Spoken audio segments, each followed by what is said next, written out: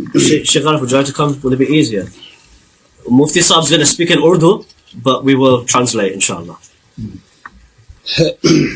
فدق کا جو قضیہ ہے یہ تاریخ کا نہیں ہے، یہ پیغمبر کی جائیداد اور نبی اکرم کی بیٹی اور پہلے خلیفہ کے درمیان ایک قضیہ ہے، اور ہمارے لیے رہنما کتاب جو ہے وہ کتاب اللہ ہے، نہ نہج البلاغہ ہے، نہ بخاری ہے، اور نہ اصول کافی ہے۔ بنیاد جو ہے وہ قرآن ہے، تو ہم نے یہ دیکھنا ہے کہ اس مسئلے پر قرآن ہماری رہنمائی کیا کرتا ہے۔ یہاں شیعہ اور سنی کے درمیان یہ معاملہ چلتا ہے کہ سنی یہ کہتے ہیں کہ رسول اللہ کی تو یہ پراپرٹی تھی ہی نہیں، یہ تو مال فے تھا، تو جب رسول اللہ کی ملکیت ثابت نہیں تو وراثت کہاں سے آ گئی؟ اور بقول شیعہ کہ اگر انہوں نے ہبہ کیا ہے اپنی بیٹی کو تو اس مال کے مالک نہیں تھے، تو ہبہ کیسے کر لیا ہے؟ تو قرآن جو شیخ رجانی نے اور شیخ عبدالحمید قصوری نے جو آیت پیش کی ہے سورہ الحشر کی، اسی کے اندر رسول اللہ کی ملکیت ثابت ہے۔ ما افاء اللہ علی رسولی منہم فما اوجفتم علیہ من خیل ولا رکاب ولکن اللہ یسلط رسلہ علی من یشاء۔ میرا پوائنٹ یہ ہے، یسلط رسلہ، تسلط کیا ہے؟ علماء بیٹھے ہیں وہ کریں گے، علماء بیٹھے ہیں وہ جانتے ہیں کہ تسلط کیا چیز ہوتی ہے۔ تو یہ تسلط کا جو لفظ ہے یہ پیغمبر کی ملکیت کو ظاہر کر رہا ہے، ایک یہ پہلا پوائنٹ ہے۔ دوسرا یہ ہے کہ کیا نبی کی وراثت ہوتی ہے یا نہیں؟ یوصیکم اللہ فی اولادکم للذکر مثل حظ الانثیین، سورہ نساء کے اندر اللہ رب العالمین نے یہ بتا دیا ہے کہ تمام امت کی، تمام مسلمانوں کی وراثت ہے، اور اس کے اندر وَلِكُلٍّ جَعَلْنَا مَوَالِيَ مِمَّا تَرَكَ الْوَالِدَانِ وَالْأَقْرَبُونَ۔ وَلِكُلٍّ، یہاں وَلِكُلٍّ کا جو لفظ ہے یہ میرا پوائنٹ ہے کہ ہر ایک کے لیے ہم نے وراثت مقرر کی ہے، وراثت کا قانون ہم نے طے کر دیا ہے۔ اب یہ چاہیے کہ رسول اللہ کی اگر وراثت نہیں ہے وہ اس وَلِكُلٍّ جَعَلْنَا کے اندر شامل نہیں ہے، کہ ایسی ہونی چاہیے کہ جس کے اندر رسول اللہ کو مستثنا کیا گیا ہو، کہ ساری امت کی وراثت تو چلے گی قرآن کے اس قانون کے مطابق، لیکن پیغمبر کی وراثت نہیں ہوگی، اس کی نہیں چلے گی۔ تو لہذا قرآن کریم کے خلاف ہے یہ چیز کہ رسول اللہ کی وراثت نہیں تھی، اور قرآن نے ان کو یہاں سے خارج نہیں کیا۔ اب حضرت ابو بکر رضی اللہ عنہ نے حضرت فاطمہ کے کلیم کو رد کرنے کے لیے جو روایت پیش کی، بخاری میں بھی ہے، مسلم میں بھی ہے، دوسری تمام شیعہ کتابوں میں بھی ہے اور سنی کتابوں میں بھی، اس کے اندر 3 پوائنٹ ہیں۔ ابھی دونوں علماء نے، دونوں اسکالرز نے وہ حدیث پیش کی ہے، میں اس کی تفصیل میں نہیں جاؤں گا، وقت کم ہے۔ اس کے 3 اجزاء ہیں۔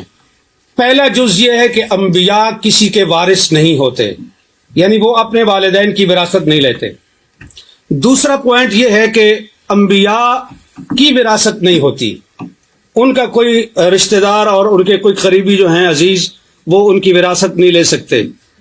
اور تیسرا پوائنٹ یہ ہے کہ جو کچھ انبیاء چھوڑتے ہیں وہ صدقہ ہے۔ اب یہاں سوال یہ ہے کہ انبیاء کی وراثت نہیں ہوتی، تو رسول اکرم صلی اللہ علیہ وآلہ وسلم نے اپنے والد گرامی حضرت عبداللہ بن عبد المطلب کی وراثت لی ہے۔ اس میں 3 چیزیں تھیں۔ ایک وہ ان کا مقام تھا جو ان کا آبائی مقام تھا، دوسرا ام ایمن جو لونڈی تھی، اور تیسری چیز جو ہے وہ تلواریں اور اونٹنی تھی۔ بعض کہتے ہیں ایک سے زیادہ اونٹ تھے، بعض کہتے ہیں ایک تھے، چلو ایک ہی صحیح، ہم ایک ہی پر اکتفا کرتے ہیں۔ تو یہ وراثت تھی رسول اللہ کے والد کی۔ رسول اللہ نے یہ وراثت اپنے والد سے لے لی، تو یہ کیسے وہ کہہ سکتے ہیں کہ انبیاء وراثت نہیں لیتے؟ آپ بچپن میں وراثت لے چکے اور نبوت ملنے کے بعد آپ نے کہا ہم کسی کے وارث نہیں ہوتے۔ یہ دونوں باتیں ایک دوسرے کے متضاد ہیں، یہ قول اور یہ عمل، یہ دونوں ایک دوسرے کے خلاف ہیں۔ تو رسول اللہ نے اپنے والد کی وراثت لی ہے، لہٰذا یہ بات درست نہیں کہ انبیاء کسی کے وارث نہیں ہوتے۔ دوسری چیز ہے کہ انبیاء کی اولاد جو ہے اس کی کوئی وارث نہیں ہوتی، وہ وارث نہیں ہوتی، تو وہ وارث سلیمان و داود. اور حضرت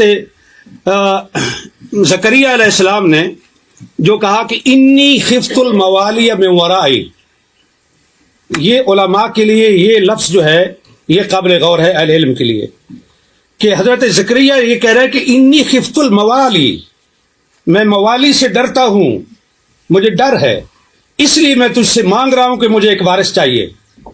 اب یہاں جو سکالر یہ فرماتے ہیں کہ یہ وراثت علم کی وراثت تھی، نبوت کی وراثت تھی، تو خفت الموالی کو آپ کہاں لے کے جائیں گے؟ کیا حضرت زکریا کو اپنے موالی سے یہ ڈر تھا کہ وہ میرا علم چھین لیں گے، میری نبوت چھین لیں گے؟ انہیں ڈر اس چیز کا تھا کہ جو میری پراپرٹی ہے اور جو میری جائیداد ہے، میرے بعد میرے موالی اس پہ قابض ہو جائیں گے، اور اس لیے انہوں نے اس پہ قابض ہو جائیں گے، اور اس لیے انہوں نے یرثنی و یرث من آل یعقوب یہ انہوں نے مانگا. اور اسی چیز کو حضرت فاطمہ نے حضرت ابو بکر کے سامنے یہ پیش، وہ صحیح معنوں میں موالی تھے، ہماری پنجابی زبان میں موالی کہتے ہیں، موالی لو. مفتی صاحب ذرا سے اگر خلاصہ کر سکے. جی بالکل خلاصہ کرو. پچھلی ساری کتاب تو گزارش یہ ہے کہ یہ ہے قرآن، اور یہ کہہ رہے ہیں ڈاکٹر علی کے وقت نہیں ہے تو میں اس کو مختصر کرتا ہوں، صرف تاریخی لحاظ سے ایک چیز پیش کر کے، کہ حضرت ابو بکر اور حضرت عمر کے دور میں گورنمنٹ کے قبضے میں رہا فدق. حضرت عثمان نے سارا مروان کو بخش دیا. اگر مسلمانوں کی پراپرٹی تھی تو تیسرے خلیفہ کو یہ حق کس طرح تھا کہ وہ مروان بن الحکم کو سارا دے دے؟ پھر حضرت عثمان کے بعد امیر شام معاویہ بن ابی سفیان کا دور آیا. انہوں نے حضرت عثمان کے بیٹے اور حضرت اس کو مروان کو اور اپنے بیٹے کو، ان تین کے درمیان فدق کو تقسیم کیا جناب معاویہ بن ابی سفیان نے. عمر بن عبدالعزیز آئے، انہوں نے یہ، اور پھر مروان نے یہ جائیداد وراثت کے طور پر اس کی اولاد کو پہنچی، عبدالعزیز بن مروان کو، اور اس کے ذریعے سے حضرت عمر بن عبدالعزیز تک پہنچی.